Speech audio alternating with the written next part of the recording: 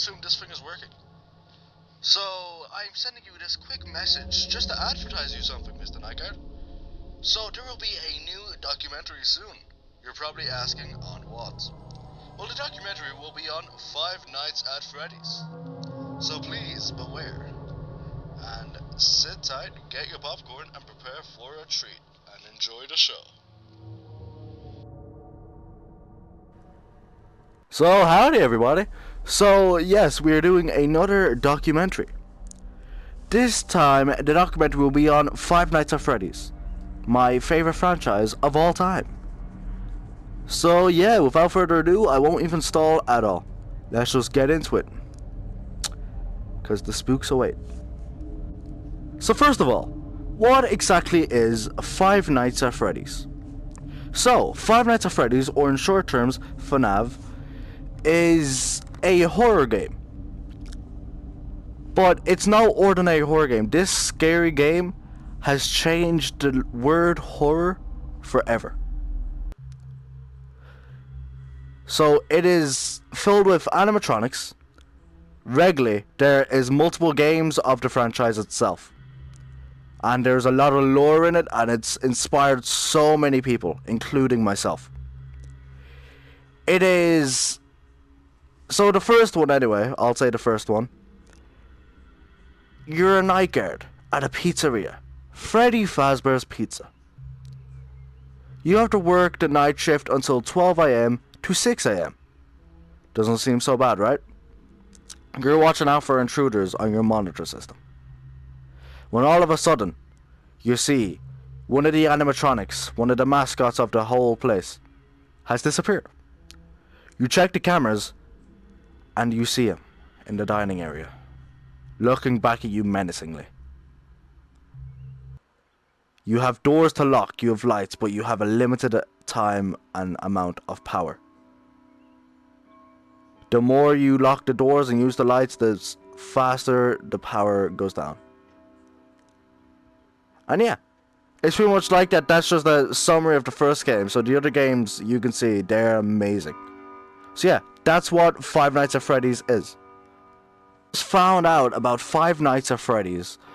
I found out about it from a YouTube channel called Smosh Games back in 2014. They did a video on it. I watched it expecting it to be just like your ordinary scary game. It shocked me and scared the hell out of me. And I loved it. And I had to get more. So ever since 2014, I've been in update with the games. Every single one. Keeping up with the lore, keeping up with everything. So, yeah, that's what it was like. And loads of people used to love it when it first came out. Like, I remember everyone's reaction to seeing FNAF 2, the trailer for that. Because altogether, how many FNAF games does count? FNAF 1, FNAF 2, FNAF 3, FNAF 4, FNAF Sister Location. There's also FNAF 6, there's Special Delivery, which is mobile. There was FNAF World, but that's been scrapped. You can't get it anymore. And there's a new FNAF coming out as well. So I think altogether there's been like a total of released games is 9 and 1 still in the works. 10. I believe. I could be wrong. I could be so wrong. I apologize if I am. If I'm wrong, I'll probably put it in the editing on screen or something. But yeah, that's how many games there are. And I remember the excitement for every single one, like, slowly drained and drained. But there was still so much people. And now, we were all, like, younger. And now when we look back at FNAF, we all know the lore ourselves. And we all help out with each other in the FNAF community. And it's amazing. The community of FNAF is really, really welcoming. It's really nice. Like, what it's like now, what FNAF itself is like, the new game looks amazing. Oh, I forgot one. Help Wanted. FNAF VR Help Wanted. There you go. Yeah. The community is still amazing. It's one of the games that's communities as stayed amazing. Of course, there's some, like, bad people and like, oh no, the lore goes like this. Oh no, it goes like that. Lore, by the way, means like the backstory to the whole of Five Nights at Freddy's. It's very dense and very confusing, but I love it. So yeah, that's what FNAF was like back then and what it's like now. Not much has changed. For me anyway, not much has changed. I still love the game so much. The whole franchise, I love them all. There's so many animatronics and everything. So yeah, that's what it was like then and now. So how has FNAF changed my life? So I used to love scary stuff. Well, kind of. I wasn't a big fan of horror back then. But then I saw FNAF. And oh my god. I love horror games.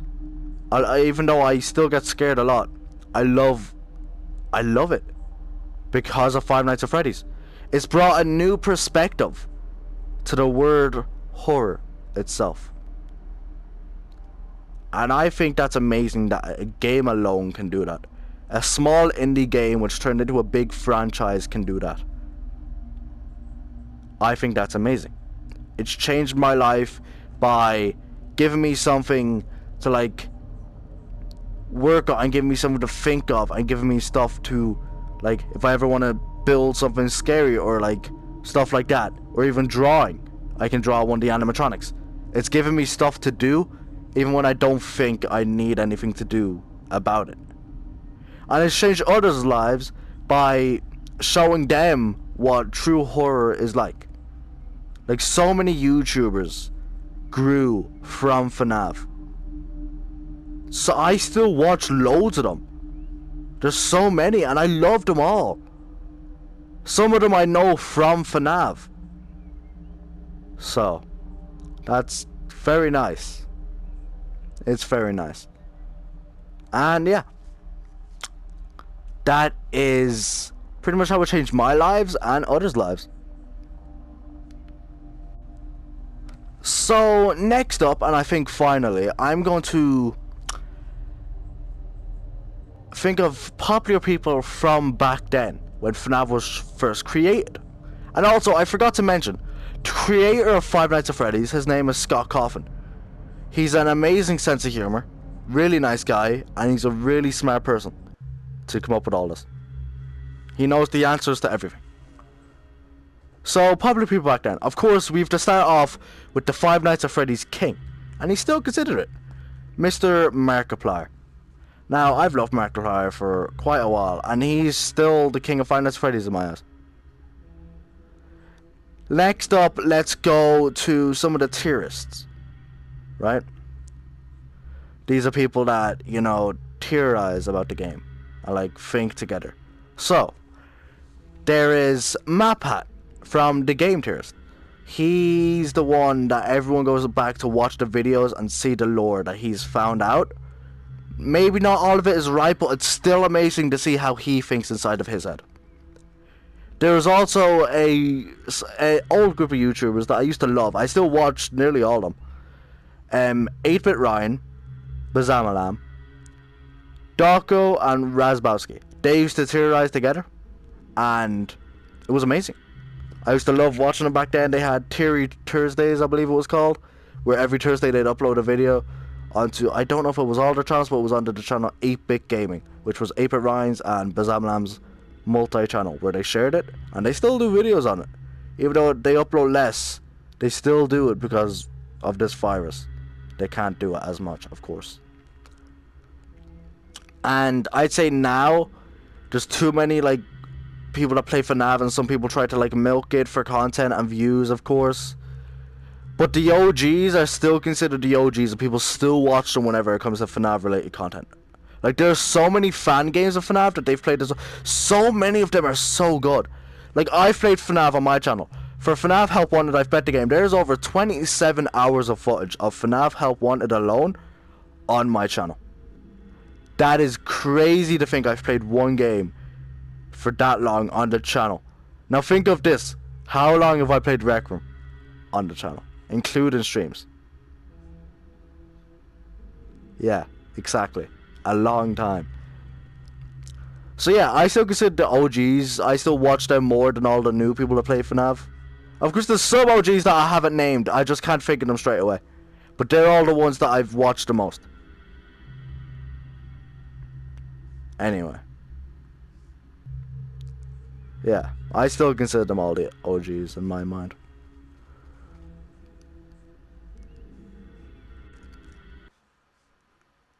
I just want to say thank you so much for listening to this documentary / watching. It means the world to me. I've a lot of fun making these, and I will be planning on making more documentaries in the future. So that is all I have to say for Five Nights at Freddy's. Rating out of 1 to 10, I'd give it an infinity. My favorite franchise of all time, by far. So yeah, if you did enjoy this, do whatever you like. You thought I was going to ask for a like. Hey! But no, you can do whatever you like. If you enjoyed this, you can click the red button. Your choice. I ain't going to force you to do anything, pal. And that is all I have to say for this documentary. So, I have one question for you. Are you ready for Freddy?